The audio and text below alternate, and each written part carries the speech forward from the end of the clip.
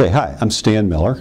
Dave Naples and I just finished an hour-and-a-half presentation here on August the 12th in Chicago at the Hilton to what I would have to say is was a packed room of members and non-members as well who are interested in estate planning issues for farmers, ranchers, and vintners.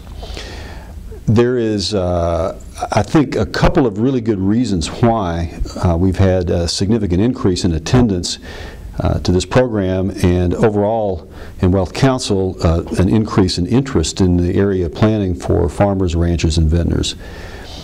There are a couple realizations. One is that there is a real likelihood that come January of 2011, the estate tax exemption is going to go back to $1 million. And for a lot of farm families, that means that the farm, preserving the farm and the family is going to become an estate tax planning issue. We've not really had that great a concern about it over the last several years because the estate tax exemption was large enough that almost every farm family was really beyond the point of having to worry about it because the value of the family farm was well below the exemption amount. But at the $1 million level, it's an entirely different issue. And so now there are a lot of farm families that realize that they're going to have to plan for how to pay the estate tax, or how to do planning that would avoid having to pay the estate tax if they want to be able to pass the farm down to younger generation family members. A companion issue that is a source of real concern for families also is how to pay for the cost of long-term care. And a concern that farm families have specifically is that they'll have to sell the farm in order and monetize it in order to be able to have the cash available to pay for the cost of long-term care. So what farm families are discovering is that if they get in to see the estate planning attorney early enough, there are any number of solutions that are available that can really effectively prevent that from occurring. So now we have a double hit, the estate tax and the cost of long-term care, and those are two issues that farm families are increasingly concerned about. It's a particular concern. These are really issues for any kind of closely held business owner or for any family, as a matter of fact, but for farmers it's a special issue because farms, the farmland typically comprises almost the entire value of the client's net worth, and farmland is both illiquid and indivisible.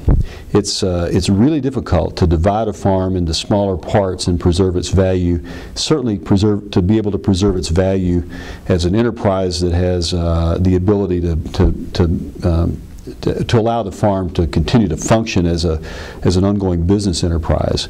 And farmland is illiquid.